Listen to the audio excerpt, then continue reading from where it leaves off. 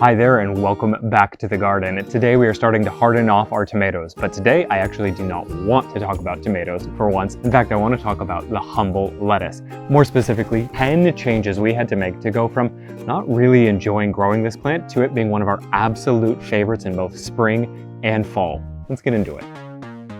Tip number one also happens to be our single most important tip, and that is to find a variety of lettuce that does not bolt too quickly in your local growing conditions. Now I realize that may seem a little bit obvious, but it actually took us trying dozens of varieties of lettuce, seriously dozens, to find 3 that seem to handle that transition from cool spring weather to warm spring weather with any amount of grace. For us, that has been Marvel of 4 Seasons lettuce, this SLOBOLT lettuce in the back here, and another one called Bronze Mignonette. Those 3 seem to do really well here. Now, obviously, the most important aspect of choosing a lettuce variety is finding one that you actually want to eat. But I have to say, finding these 3 has really turned lettuce growing into something that we actively enjoy rather than an unpredictable chore. And if you don't feel like experimenting with dozens of varieties yourself, probably the easiest way to find a variety that's going to grow well near you is just to ask around at a farmer's market.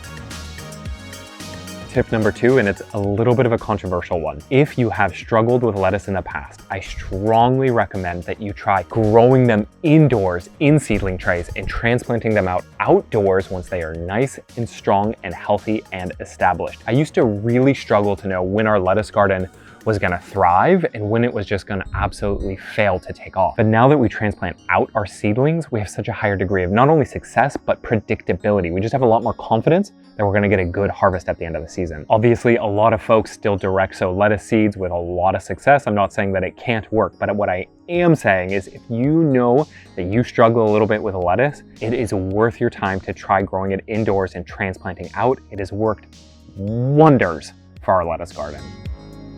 I am not sure why, but I think for most of us, that first time that we try growing lettuce indoors, we kind of just assume that it doesn't really need to be hardened off before transplanting out, and nothing could be further from the truth. These leaves are actually just like paper thin. They're the consistency of wet toilet paper when you grow them indoors, and they really need a few days of gradual acclimation to thrive before they're transplanted out. I'm not sure why this is a common assumption, but I think it might be that lettuce just seems like such an unpretentious plant. It's not like these tomatoes, right? It just seems like it should be fine if we just plop it in the ground. But again, that is absolutely not the case. If you are going to try transplanting, definitely harden them off, even for only a few days. Hey there, sorry for the interruption. If you think this video is gonna help you grow some of this good stuff this year, can you do me a huge favor and hit that like button down there?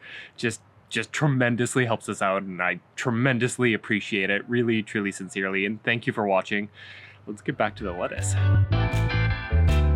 Here is another one that I think is based on a common misconception. While lettuce isn't a super hungry plant, it still does really benefit from a light fertilization. Now that we give our soil a little fertilizer refresh before we transplant in our lettuce seedlings, they grow so much quicker and so much stronger. And that in turn has really made them better able to withstand issues like unpredictable spring weather and the occasional pest damage. That said, I'm not using a ton of fertilizer here, just a cup and a half, 2 cups for a full 15-foot bed of lettuce. And because these are such shallow rooted plants, you don't have to go crazy with it. You can just kind of rake it into those top 3-4 inches of soil and they're gonna do absolutely great. It makes a big difference. It's super easy, so why not give it a try? Whether you are direct sowing or transplanting out lettuce seedlings, it is really easy to accidentally leave too much space between those plants and waste valuable real estate in your garden. Lettuce seedlings only really need about 6 inches of space between the plants, maybe up to say 8 inches if you're going a full heading variety, but only 6 for these leafy varieties, in order to really grow nice and big and really thrive. And in fact, for containers, I even go denser than that. This is a terrific, efficient use of space, whereas something like this is a really inefficient waste of space. Out in our main garden where a lot of our lettuce is growing, we currently do not have any mulch because we're dealing with a bit of a weed explosion. And I have to say, I have found that not having that mulch has resulted in super dirty leaves that are a real pain to clean off and prepare for eating. Back when we even had just a light layer of wood chip mulch, most of the leaves stayed basically spotless and pristine. So that's the tip on this one. If you can, try and lay down even a light, thin layer of mulch in order to help keep that soil on the ground rather than splashing up on the leaves whenever it rains.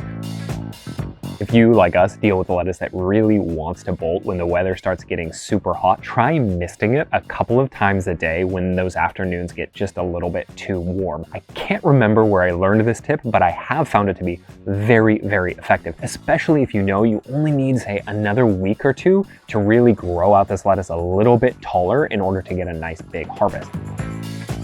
One of the best parts about starting your lettuce indoors for transplanting out later is you can always have fresh seedlings ready to go and always have fresh lettuce ready to harvest. For instance, this lettuce was actually started last fall. We have some here that was started earlier this spring. Here's some from mid-spring, and here are some babies that we just started a few weeks ago. Now, obviously, I don't maintain this many different sizes of lettuce through the whole growing season, but during spring and fall, it's just a really nice way to maximize that harvest. This is called succession cropping if you want to look into it a little bit more, but it is super appropriate for transplanted lettuce seedlings.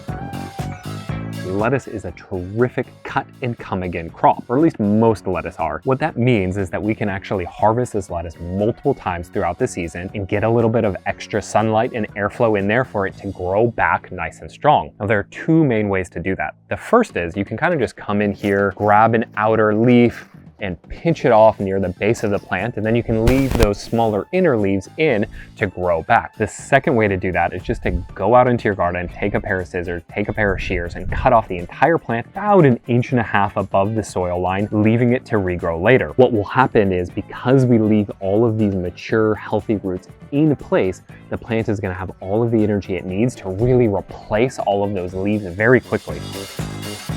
Last tip of the day, and it is one of the most tried and true tips in all of gardening: give up and instead grow something like this Tokyo BEKANA cabbage. Now, this is a Japanese variety of a Chinese non-heading cabbage, kind of a mouthful there. What's more important is that it is a dead ringer both visually and in the kitchen for lettuce. I can't tell you how many times I've had folks come up and compliment our lettuce patch that was actually just full of Tokyo BEKANA cabbage. Now, it still will bolt in hot weather, as you can tell here, but other than the bolting, it is a super not fussy plant, and it actually grows a little bit faster than lettuce. And it is such a tough little plant, it actually made my list of 5 bulletproof greens that we grow every year just to make sure that we have some good harvest, even if other things like our lettuce plants decide they don't want to thrive that year.